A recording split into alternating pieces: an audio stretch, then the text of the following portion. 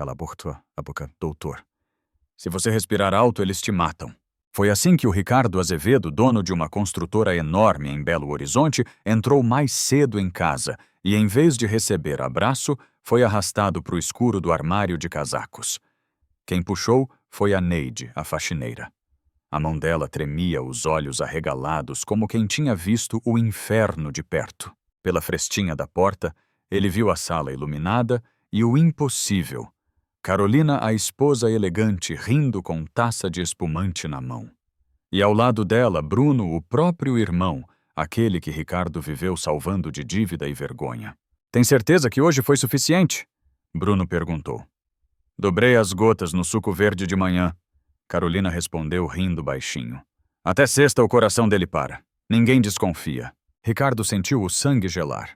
As tonturas, os remédios para a ansiedade, as consultas com médicos amigos, tudo era veneno com embalagem bonita. Ele tentou sair a raiva queimando, mas o pé bateu num tubo de aspirador.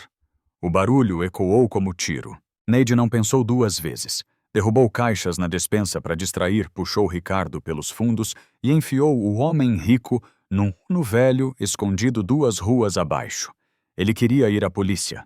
Ela arrancou o celular da mão dele. Seu delegado de confiança janta na mesa deles, doutor. Acorda. Naquela noite, o milionário, que nunca repetia a camisa, foi parar num sofá gasto na Vila Esperança, suando tremendo vivo por um fio. E foi ali, no cheiro de sabão de coco e coragem, que ele entendeu o dinheiro compra silêncio. Mas não compra alguém que te segura quando o chão some. Ricardo passou a primeira noite inteira sem dormir. O corpo dele ardia como se estivesse em febre constante, o coração falhando, acelerando, errando o compasso. Deitado no sofá afundado da Neide, ele gemia baixo, envergonhado de precisar ser cuidado. A mulher que ele mal cumprimentava direito agora molhava pano na bacia, trocava com pressa, segurava a cabeça dele quando o enjoo vinha forte demais. Aguenta, doutor! Não dorme, ela repetia firme mesmo com os olhos vermelhos de cansaço. Entre um delírio e outro, Ricardo murmurava nomes. Chamava a mãe morta, pedia perdão ao pai. Perguntava por que a Carolina ria. Neide escutava tudo em silêncio, sentada no chão frio, como se cada palavra fosse uma faca entrando devagar. No segundo dia, o jornal da hora do almoço fez o que o veneno não conseguiu, quase matou os dois de vez. A imagem da mansão apareceu na TV velha chiando. Carolina estava lá de preto, óculos escuros, chorando bonito. Bruno ao lado, mão no ombro dela, cara de homem forte. Ricardo vinha apresentando surtos, ela dizia. A gente tentou ajudar, mas ele fugiu. Infelizmente, acreditamos que foi manipulado pela própria funcionária da casa. A tela congelou no rosto da Neide. Nome completo, foto do crachá, a palavra amante piscando embaixo. O pacote de arroz caiu da mão dela. Minha mãe vai ver isso. Ela sussurrou sentando no chão. O pastor, meus vizinhos. Ricardo sentiu uma dor diferente no peito. Não era o veneno. Era vergonha. Ele sempre achou que o mundo dele era perigoso. Nunca imaginou o dela. Eles não vão vencer, ele disse com dificuldade, se apoiando no braço do sofá. Eu te juro, eu vou limpar seu nome. Ela riu sem humor. Doutor, olha pra mim. Eles têm dinheiro, polícia e advogado. Eu tenho o quê? Ricardo olhou em volta. A casa simples, o chão limpo, o cheiro de sabão. Olhou para as mãos calejadas dela, ainda tremendo. Você tem coragem. E agora? Você tem a mim. Foi ali que algo mudou. Não tinha mais patrão nem empregada. Tinha 2 sobreviventes encurralados. Naquela noite, sentados à mesa bamba com arroz e ovo divididos no mesmo prato, eles começaram a planejar. Não era vingança cega. Era justiça. Ricardo sabia se ficasse escondido morreria de vez, nem que fosse em silêncio. Se voltasse, teria que ser de pé. E Neide, que a vida inteira foi invisível, decidiu que não ia mais abaixar a cabeça. A guerra estava só começando. E dessa vez, eles não estavam sozinhos. Na manhã seguinte, Ricardo acordou diferente. O corpo ainda estava fraco, as pernas bambas, mas a cabeça estava clara como não ficava havia semanas. Ele sentou na beira do sofá, respirando fundo, sentindo o cheiro de café ralo que Neide tinha acabado de passar. Um cheiro simples, mas que naquele momento significava vida.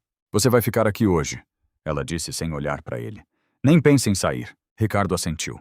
Pela primeira vez na vida, obedeceu sem discutir. A TV ficou ligada o dia inteiro sem som. Bastava olhar as imagens. Repórteres na porta da mansão. Carolina chorando de novo, agora abraçada em Bruno. A narrativa estava pronta: o empresário surtado, o irmão responsável, a esposa vítima e a faxineira golpista.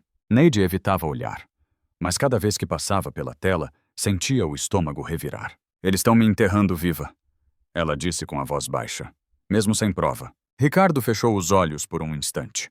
Quando abriu, havia algo novo ali. Não era medo. Era decisão. Eles precisam ser ouvidos falando, ele disse. Sem corte, sem edição, com a própria boca. Neide parou, olhou para ele devagar. Você tá pensando no quê? Ele explicou tudo ali mesmo com um papel de pão e uma caneta falhando. A festa de gala da construtora marcada para 2 dias depois. Autoridades, empresários, imprensa. A casa cheia. Barulho suficiente para esconder passos. Gente demais para ninguém notar uma faxineira a mais circulando. Eu não consigo entrar, Ricardo admitiu. Se eu aparecer, dá alarme. Mas você... ninguém te vê. O silêncio pesou. Neide sentou. Passou a mão no rosto cansada. Se me pegarem lá dentro, doutor, eles me matam. Eu sei, ele respondeu com honestidade. E é por isso que eu não te peço como patrão. Te peço como homem. Ela respirou fundo. Pensou na mãe na igreja, nos vizinhos cochichando. Pensou na própria vida reduzida a uma mentira na televisão. Eu prefiro morrer tentando limpar meu nome, ela disse firme, do que viver escondida como criminosa. Naquela noite, Neide tirou do fundo da mochila o uniforme azul claro que nunca teve coragem de jogar fora. Vestiu. Prendeu o cabelo. Olhou no espelho rachado da sala. A mulher invisível tinha voltado. Ricardo, do outro lado do cômodo, sentiu um aperto no peito. Não de medo, de respeito. Volta pra mim, ele disse baixo. Neide pegou um celular velho, colocou no bolso do uniforme e sorriu de leve. Volto. E eles não vão nem saber o que atingiu. Quando ela saiu pela porta, Ricardo entendeu que aquela mulher estava entrando numa casa de luxo como faxineira, mas voltaria como a prova viva de que gente simples também derruba império. E que o jogo tinha virado. Neide entrou pela lateral da mansão como quem entra todos os dias para trabalhar. Cabeça baixa, passo curto. Uniforme limpo demais para chamar atenção. Ninguém perguntou. Nome ninguém olhou no rosto. Um segurança só apontou com o queixo. Lavanderia é por ali. Ela agradeceu com um sim, senhor, quase sussurrado. O coração batia tão forte que parecia querer escapar pelo peito. Cada passo dentro daquela casa era um passo dentro do passado que tentou esmagá-la. O cheiro era o mesmo de sempre, produto caro, flor branca, de mais silêncio comprado. Neide passou pelo corredor de serviço, lembrando quantas vezes limpou aquele chão sem ser vista. Naquela noite, isso era a sua maior arma. Subiu a escada dos fundos devagar. Contou os degraus como sempre fazia. 3, 4, 5. No topo, o escritório. A porta estava encostada. Luz baixa. Ela respirou fundo e entrou. As mãos tremiam quando foi até a estante. Terceira prateleira. Livro falso. O coração quase parou quando o mecanismo demorou a ceder. Um clique. O cofre se abriu. Lá estava o frasco pequeno, quase vazio, o veneno, ao lado papéis. Ela puxou um. Leu o nome de Ricardo. Incapacidade mental irreversível. As pernas ficaram fracas. Eles iam enterrá-lo vivo, legalmente. Neide guardou tudo no bolso do uniforme colado ao corpo como se aquilo pudesse protegê-la. Quando virou para sair, a maçaneta girou. Ela se jogou para debaixo da mesa sem pensar. O coração na boca. 2 pares de pés entraram. Vozes conhecidas. Com essa dose, ele já deve estar morto, disse Carolina rindo. E a faxineira Bruno respondeu. A culpa caiu direitinho nela. Neide sentiu o sangue ferver. Ligou o gravador do celular no escuro, segurando a respiração, enquanto eles falavam de morte como quem fala de negócio. Quando saíram, ela ficou ali mais alguns segundos chorando em silêncio. Não de medo, de ódio. Na fuga, quase foi pega pela governanta. Houve grito, empurrão, porta trancada às pressas. Neide correu como nunca correu na vida. Pulou janela, rasgou o uniforme. mas saiu. 2 quadras depois, Ricardo estava esperando. Quando a viu suja, ofegante, viva, ele a abraçou sem dizer nada. Ela colocou o frasco e o celular na mão dele. Eles confessaram tudo. Ricardo fechou os olhos. Pela primeira vez desde a traição, sentiu algo parecido com paz. Aquela não era mais uma fuga. Era o começo do acerto de contas. Ricardo dirigia com as mãos suadas, os olhos fixos na rua escura, enquanto Neide respirava fundo no banco ao lado. O Uno velho parecia pequeno demais para o peso do que carregavam.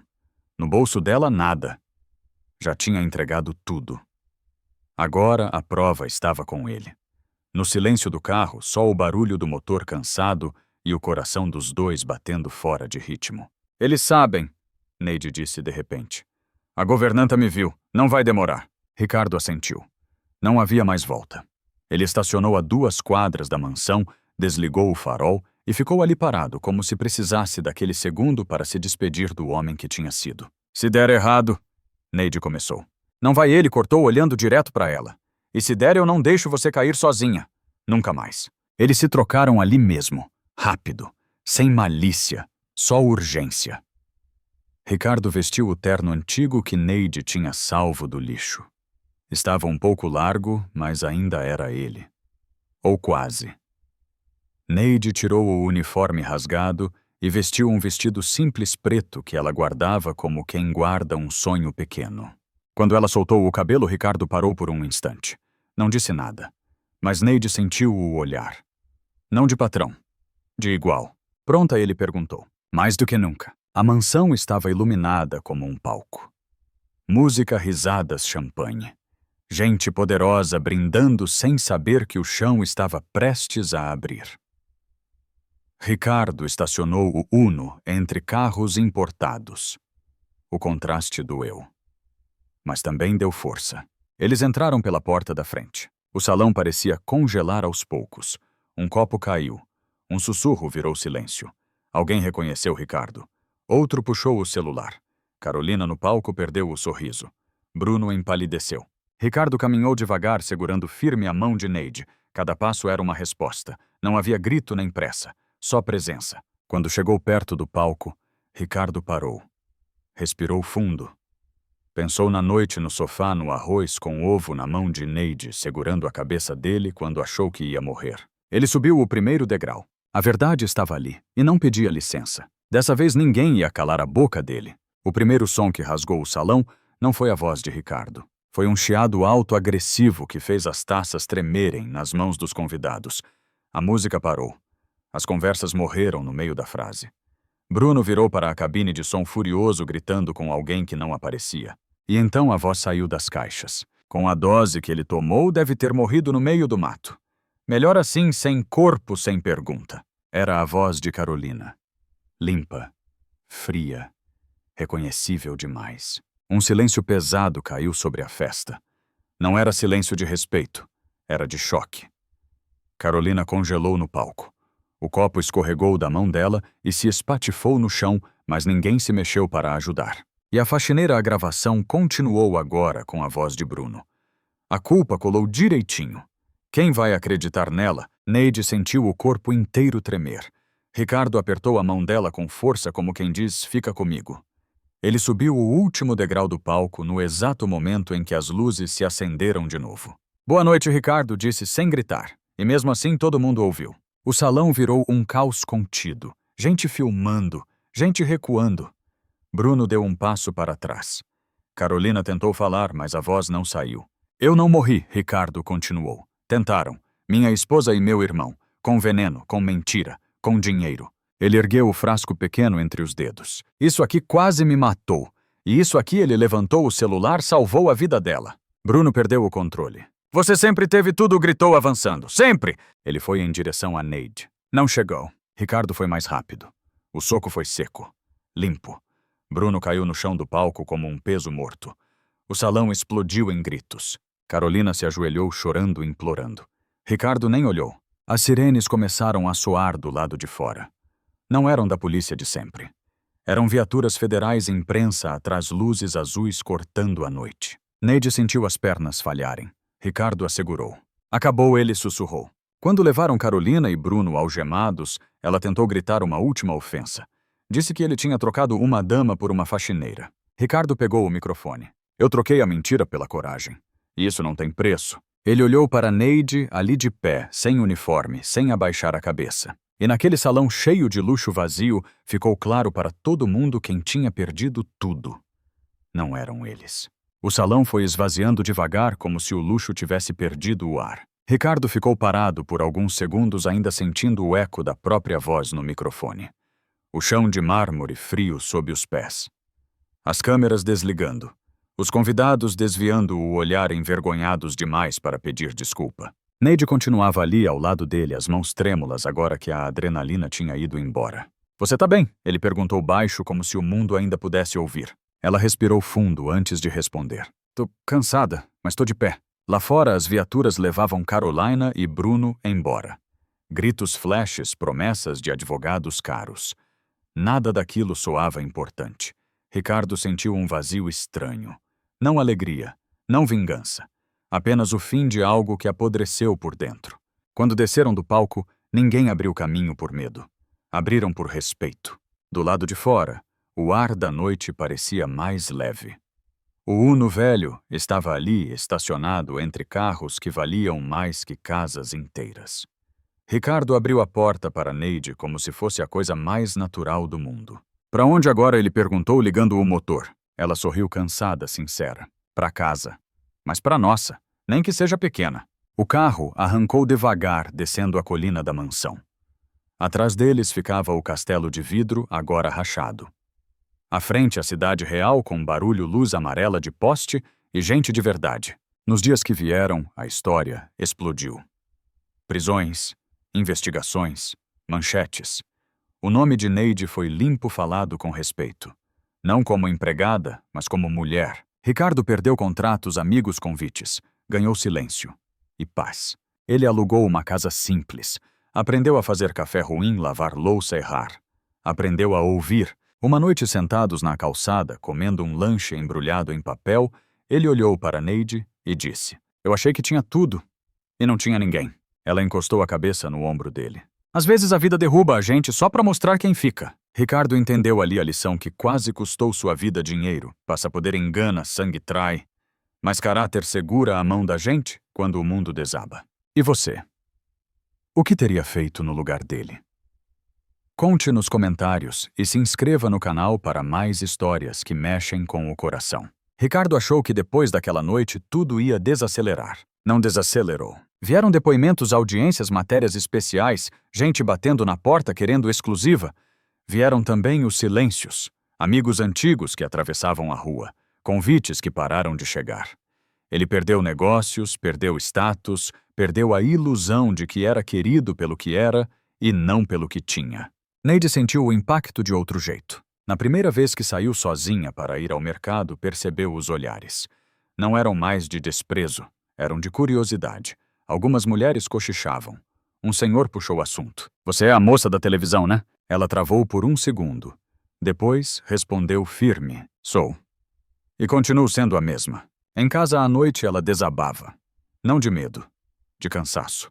Ricardo aprendia a ficar em silêncio ao lado dela, segurando a mão, entendendo que nem toda dor precisa de conselho. Um dia ela perguntou o que estava entalado havia semanas. Você se arrepende? Ricardo demorou a responder. Eu me arrependo de não ter visto antes, de não ter perguntado seu sobrenome, de ter passado por você todos os dias achando que era normal não olhar.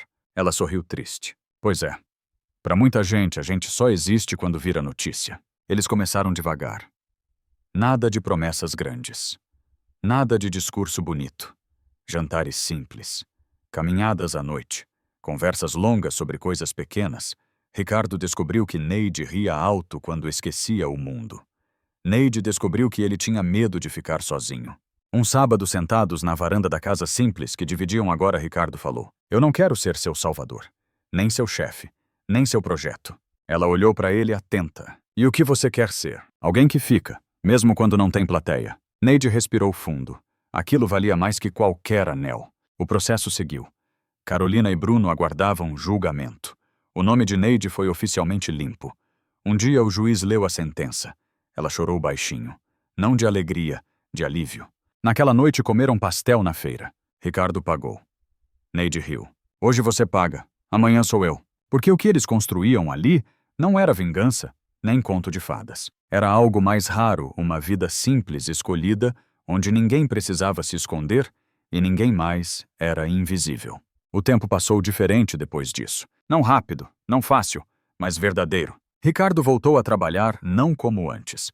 Nada de salas enormes nem decisões tomadas de cima para baixo. Ele abriu uma empresa menor quase artesanal, focada em obras simples.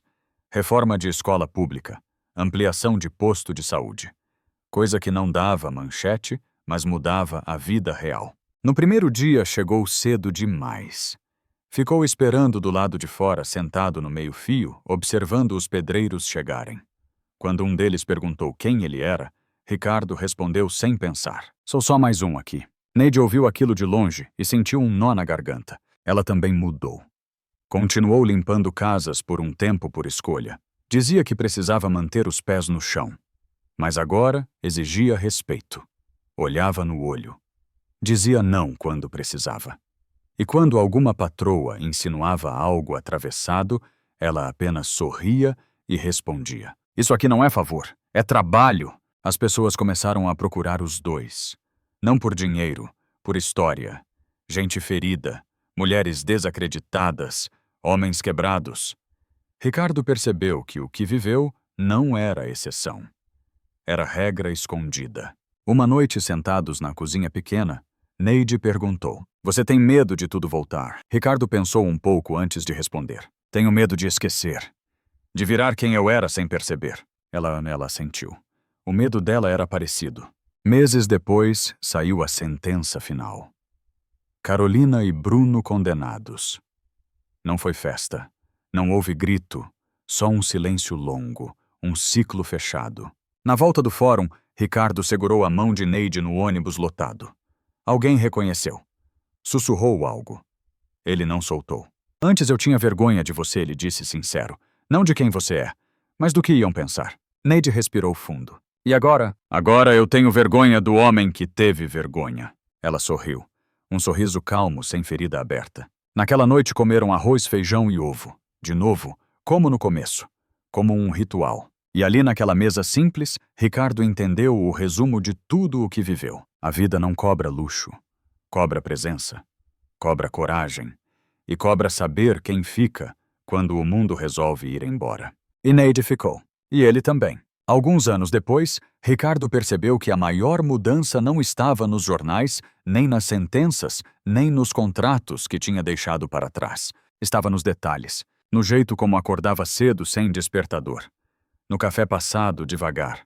No barulho da rua entrando pela janela aberta sem medo. Na forma como Neide cantava baixinho enquanto varria a casa, não por obrigação, mas por costume antigo que agora era a escolha.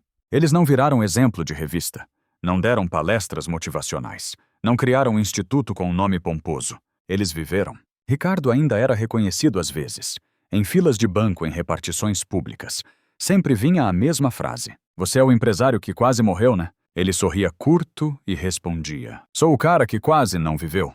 Neide, por outro lado, passou a ser reconhecida por algo novo. Não como vítima, nem como a faxineira da história, mas como mulher que não se calou.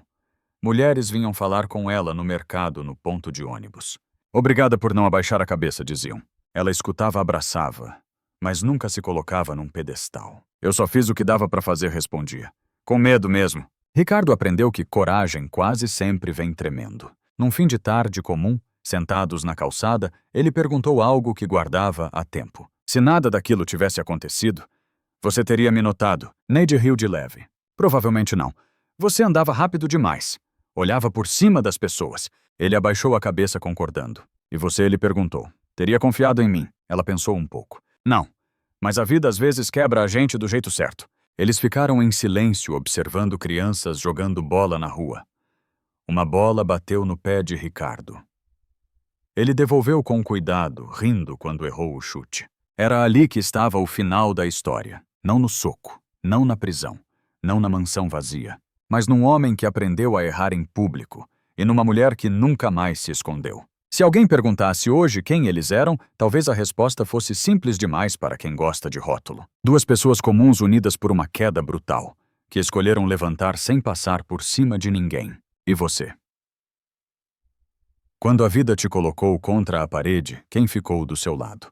Conta pra gente nos comentários e se inscreve no canal para mais histórias que parecem ficção, mas são humanas demais para serem inventadas. Houve um dia quase sem perceberem que Ricardo entendeu que a história deles tinha terminado. Não acabado terminado no sentido certo, fechado, curado. Foi numa manhã comum dessas, sem data especial. Ele estava na fila da padaria, esperando o pão sair quente, quando viu Neide do outro lado da rua discutindo o preço da laranja com o feirante. Não brigando, negociando, rindo no meio da conversa firme e inteira. Ele sorriu sozinho. Antes aquela mulher atravessava a vida pedindo licença. Agora ocupava espaço. Quando chegaram em casa, Neide largou a bolsa na cadeira e disse, como quem comenta o clima: "A dona Marta me pediu indicação de faxina para a irmã dela. Disse que confia em mim." Ricardo levantou o olhar. "E você?" "Eu indiquei outra pessoa. Tô com a agenda cheia." Ela deu de ombros. Quem diria, né? Ele pensou em tudo que tinha acontecido para aquele quem diria existir. O veneno, a fuga, o medo, a vergonha, a exposição, a reconstrução lenta sem aplauso. "Você percebe que virou referência?" ele disse. Neide franziu a testa. "Referência é palavra grande demais. Eu só parei de aceitar menos do que mereço." À noite, sentados no sofá, o celular de Ricardo vibrou. Uma mensagem antiga de um ex-sócio convidando para um evento de gente importante. Ele leu, pensou por alguns segundos e apagou. Neide viu. Não vai responder. Não. Aquela vida já me respondeu tudo o que precisava. Ela encostou a cabeça no ombro dele. O silêncio que se seguiu não era vazio, era descanso. Ricardo percebeu que durante anos viveu tentando provar algo para pessoas que nunca estariam ali quando a casa caísse. Agora, a casa era simples, pequena. Mas tinha alguém dentro. E isso bastava. Se alguém perguntasse hoje qual foi a maior herança daquela tragédia, ele saberia responder sem pensar. Não foi o dinheiro recuperado, não foi o nome limpo, não foi a justiça feita. Foi aprender que dignidade não se compra, se reconhece, e que amor não chega fazendo barulho. Fica. E Neide ficou. E ele finalmente também. O que veio depois não foi silêncio absoluto. Foi um barulho diferente, o barulho da vida retomando o ritmo. Neide voltou a andar sozinha pela cidade, sem sentir o peso dos olhares. Ainda era reconhecida às vezes, mas agora isso não a diminuía. Ela cumprimentava, seguia em frente. Não precisava explicar nada. Quem quisesse entender, que entendesse. Ricardo, por sua vez, começou a perceber algo estranho. A pressa tinha ido embora. Ele já não vivia correndo atrás do próximo passo, do próximo número, do próximo aplauso. Aprendeu a esperar o ônibus, a fila andar, a água ferver. Coisas pequenas que antes o irritavam, agora ensinavam. Numa tarde chuvosa, Neide chegou em casa mais cedo e encontrou Ricardo sentado à mesa, olhando uns papéis antigos. Contratos, fotos, recortes de jornal. "Ainda dói ela?" perguntou, tirando o sapato. Ele pensou um pouco antes de responder. "Não dói mais, mas ensina." Ela se sentou ao lado dele, não disse nada, apenas ficou. E ali naquele silêncio compartilhado, Ricardo percebeu o que o resumo de tudo realmente era. Não se tratava de superação espetacular, nem de final cinematográfico. Era continuidade. Era acordar no dia seguinte e escolher de novo não repetir os erros. Meses depois, uma menina bateu à porta. Vizinha nova, tímida, olhos baixos. "Dona Neide, disseram que a senhora ajuda." Ela ouviu. Sem julgar. Sem prometer milagre. Só ouviu. Quando as meninas foi embora, Ricardo perguntou: "Você sabe que agora as pessoas te veem como porto seguro, né?" Neide suspirou. "Eu só faço por elas o que ninguém fez por mim." Ricardo entendeu que aquela era a maior herança da história, o cuidado passando adiante. Naquela noite eles jantaram simples. Riram de bobagens. Planejaram nada além do dia seguinte. E foi ali que a história se encerrou de verdade. Não com uma frase de efeito. Não com aplausos. Mas com duas pessoas sentadas à mesa, cansadas inteiras, sabendo que sobreviver não é o fim. É o começo de viver direito. E você, se tivesse passado por tudo isso, conseguiria seguir sem endurecer o coração. Conta pra gente nos comentários e se inscreva no canal para continuar ouvindo histórias que não prometem finais perfeitos, apenas humanos. O tempo seguiu andando mesmo depois de tudo. Ricardo e Neide não viraram notícia outra vez. Não apareceram em capas nem em entrevistas. E curiosamente foi ali que a vida ficou mais verdadeira. Eles passaram a ser conhecidos só no bairro o casal que cumprimenta todo mundo que ajuda quando Dak senta na calçada no fim da tarde para ver o dia acabar. Numa manhã comum, Neide chegou em casa sorrindo. Consegui o MEI, disse simples como quem fala do tempo. Agora sou eu que emito nota. Ricardo riu orgulhoso de um jeito silencioso. Tá vendo? Só respondeu. Empresária. Ela balançou a cabeça. Não exagera. Sou dona do meu trabalho. Já basta. Eles aprenderam isso juntos, ninguém precisa virar herói para vencer. Às vezes vencer é só não deixar o mundo te endurecer. À noite, sentados à mesa pequena, Ricardo percebeu algo que nunca tinha sentido antes. Paz não fazia barulho. Não vinha com champanhe nem aplauso. Vinha com arroz quentinho, conversa boba e alguém que fica mesmo quando não tem nada para ganhar. E essa é a lição que fica dessa história. Dinheiro pode comprar conforto, mas só caráter sustenta uma vida inteira. Quem te salva no pior dia é quem realmente importa no melhor. E ninguém é pequeno demais quando decide agir com coragem. Neide não salvou Ricardo porque era rica, forte ou poderosa. Salvou porque escolheu não fechar os olhos. E Ricardo só mudou de verdade quando aprendeu a olhar. No fim, essa história não é sobre traição nem vingança. É sobre enxergar quem sempre esteve ali invisível e finalmente dar valor. E você? Quem seguraria sua mão se tudo desabasse hoje? E de quem você talvez esteja passando reto sem perceber? Deixa seu comentário aqui embaixo, curta o vídeo e se inscreva no canal para mais histórias que parecem simples, mas batem fundo no coração.